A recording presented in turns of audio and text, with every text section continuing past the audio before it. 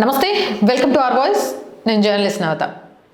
ఎవరైతే పొద్దున్న లేస్తే హిందూ దేవీ దేవతలను నోటికొచ్చిన బూతులు తిడుతుంటారో, ఎవరైతే హిందూ ధర్మాన్ని కాలరాసి ఈ భారతదేశాన్ని ఇస్లాం దేశంగా మార్చడానికి ప్రయత్నం చేస్తున్నారో, ఎవరైతే ఈవెన్ హిందూ ధర్మంలోని ప్రసాదాన్ని స్వీకరించడానికి కూడా ఇష్టపడరు, అలాంటి వాళ్ళకి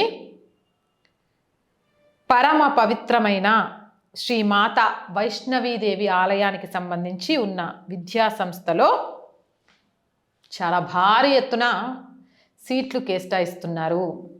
ఇలా జరిగితే హిందువులను ఎవరు కాపాడగలరు? మీరు వింటుంది నిజం. దానికి సంబంధించిన పూర్తి సాక్ష్యాలతోనే ఈ వీడియో చేస్తున్నా నేను. Srimata Vaishno Devi Srini board medical college ఈ మధ్య కాలంలో సీట్లు అలాట్ చేసింది. ఆ సీట్ల అలాట్ ఎలా జరిగింది తెలుసా? 42 సీట్లు ముస్లింలకి, 7 సీట్లు హిందువులకి, 1 సీటు సిక్కులకి. ఇది దాష్టికం అందామా, దౌర్భాగ్యం అందామా? ఎవరైతే కనీసం ఆ అమ్మవారి ప్రసాదం తీసుకోవడానికి కూడా ఇష్టపడరో వాళ్లకు ఆ కాలేజ్లో 100% సీట్లలో 84% సీట్లు కేటాయించారు. అంటే ఇంతకంటే దరిద్రం ఇంకేమైనా ఉంటుందా? దేనికోసం ఇది? ఏ సంతుష్టీకరణ కోసం?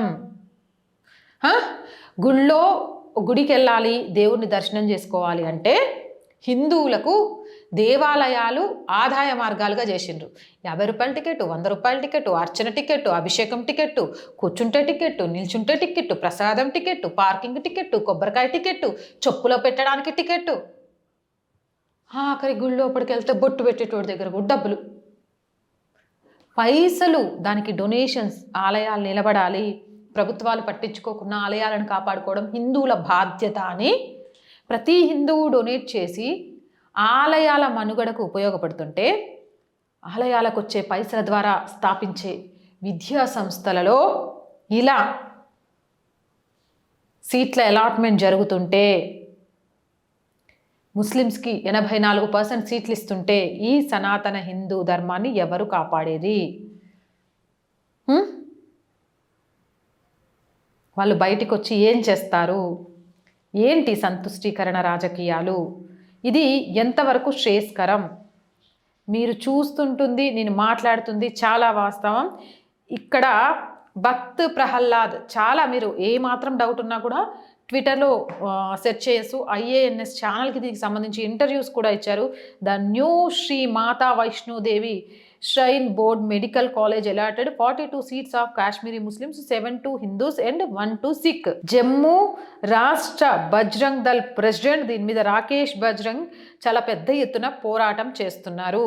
ఇలా అయితే హిందువులను కాపాడేది ఎవరు? హిందువులను కాపాడే వాళ్ళు లేరు అన్న ఒక ఏమంటారు, మైనారిటీ స్కూల్లో ప్రార్థన టైంలో స్కూల్ ప్రార్థన అని పెట్టి అన్యమతస్థుల పాటలు ఈ రోజుకి మనం క్రైస్తవ స్కూళ్ళలో చూడొచ్చు, జరుగుతుంటాయి. మైనారిటీ స్కూల్స్లో ఖురాన్లోని వ్యాఖ్యలను బోధించమని సర్క్యులర్ ఇచ్చిన వాళ్ళని చూసినాం. ఇప్పుడు వైష్ణోదేవి ఆలయం అంటే అమ్మవారికి ప్రతిరూపం. ఇప్పుడు అక్కడికి వచ్చి మీరు 84% సీట్లు ముస్లింలకు ఇచ్చిండ్రు, ఆడికి వచ్చే వాళ్ళు బుర్కా వేసుకొని వస్తారు. ఓకేనా? ఆ ఉన్న 6-7% వాళ్ళని కూడా భయపెట్టి అందులోకి మార్చేస్తారు. అసలు నేను నిజంగా చెప్తున్నా, ఇట్లా జరుగుతుంటే దేవాలయాలను కాపాడుకోవాలని ఏ హిందూ కనిపిస్తుంది? ఎందుకు పైసలు ఇస్తారు హిందూ ఆలయాలకి? ఇస్తే ఏం జరుగుతుంది?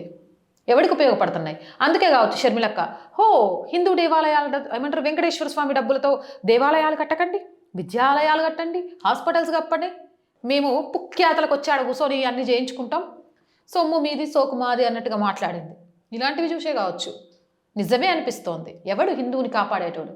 ఈరోజు వర్క్ డబ్బులను కూడా ముస్లిం పేద ప్రజల చదువు కోసం ఉపయోగించడానికి వాళ్ళు ఆలోచిస్తుంటే, మీరు మాత్రం దేవాలయాల సొమ్ము తీసుకుపోయి అన్యమతస్థుల కోసం సీట్లు కేటాయించి చదివిస్తామంటే చూస్తూ ఊరుకుంటారా? ఊరుకోవాల్సిందేనా? ఇదేం దాష్టికం? అది జమ్మూ అయితేంది, లేకపోతే ఇంకో ప్లేస్ అయితేంది. ఆలయాలు హిందువుల సొత్తు. ఆలయాల ద్వారా వచ్చే ప్రతి రూపాయి హిందువులకే రావాలి. పెడతాం. సరే, ఈరోజు మాట్లాడుతున్నారు కదా, మీరు అన్నట్టుగానే అదేందమ్మాయి చదువు దగ్గరికి వైద్యం దగ్గరికి వచ్చేసరికి అందరినీ సమానంగా చూడాలి, నువ్వు హిందువులు ముస్లింలను విభజిస్తున్నావంటే మరి మసీదుల ద్వారా చర్చిల ద్వారా వచ్చే డబ్బుల్ని కూడా గవర్నమెంట్ని తీసుకోమనండి, అన్ని మతస్థుల కోసం ఉపయోగించమనండి. హజ్ యాత్రలకు వాళ్ళకి ఇస్తున్నట్టే మాకు కాశీ రామేశ్వరం యాత్రలకు పైసలు ఇమ్మనండి. దేవీ దేవతలకు పైసలు రాకపోతే ధూపదీప నైవేద్యాలు ఉండవు, పైసలు వస్తే అవి అన్య మతాల కోసం అయిపోతున్నాయి. మరి ఇప్పుడు ఈ ధర్మాన్ని దేవి దేవతలను రక్షించేది ఎవరు? ఈ దాష్టికాలకు అడ్డుకట్ట వేసేది ఎవరు? దీన్ని ప్రశ్నించే వాళ్ళు ఎవరు? ఇది చాలా చాలా చాలా దారుణం. యాజ్ ఏ హిందూగా, యాజ్ ఏ ఇండియన్గా, హిందూ దేవి దేవతల ఆలయాల నుంచి వచ్చిన ప్రతి రూపాయి హిందువుల కోసమే ఖర్చు పెట్టాలి, అది మా హక్కు. ఆలయాలను కాపాడుకోవడం బాధ్యత అని మేము ఎలా అనుకుంటున్నామో వాటి ద్వారా వచ్చే సొమ్ము కూడా మా హక్కు అనుకుంటాం, అందులో తప్పేముంది? ఇది ఘోరం. ఇది చూసిన తర్వాత మీకు చెప్పండి, హిందువులను కాపాడేది ఎవరు? హిందూ ధర్మాన్ని కాపాడేది ఎవరు? హిందూ ధర్మ నాశనానికి కారణమవుతుంది ఎవరు? ఇది దారుణాతి దారుణం. దీని మీద సగటు భారతీయుడు, సగటు హిందువు పోరాటం చేయాల్సిన అవసరం ఉంది. అవునంటారా కాదంటారా? మీ అభిప్రాయం ఏంది? కామెంట్ సెక్షన్లో పెట్టేయండి. మోర్ వీడియోస్ కోసం ఛానల్ వెంటనే సబ్స్క్రైబ్ చేయండి. అండ్ చాలా మంది వీడియోస్ చూస్తున్నారు బట్ ఛానల్ సబ్స్క్రైబ్ చేయడం మర్చిపోతున్నారు. ఆర్ వాయిస్ పొలిటికల్ రెండు కూడా మన ఛానల్స్ ఏనండి. So please subscribe our channels. Content బాగుంది అనిపిస్తే లైక్ చేయండి, షేర్ చేయండి. ఆర్థికంగా ఆర్ వాయిస్కి చేయూతనందించండి. మీరు చేసే సహాయం ఈ ఛానల్ ఇంకా ముందుకు వెళ్ళడానికి ఆర్థికంగా మాకు ఎంతో కొంత ఉపయోగపడుతుంది. సపోర్ట్ చేయాలి అనుకుంటే సబ్స్క్రిప్షన్ పక్కనే జాయిన్ అనే బటన్ ఉంది. 1 to 5 లెవెల్స్ ఉన్నాయి, ఏదో ఒక లెవెల్లో సపోర్ట్ చేయండి. లేదా స్క్రీన్ మీద గూగుల్ పే, ఫోన్పేతో పాటు అకౌంట్ డీటెయిల్స్ ఉన్నాయి, మీకు తోచిన సహాయాన్ని అందించండి. వ్యాపార ప్రకటనల కోసం 8328500576 నెంబర్ని సంప్రదించండి. జై హింద్, జై భారత్.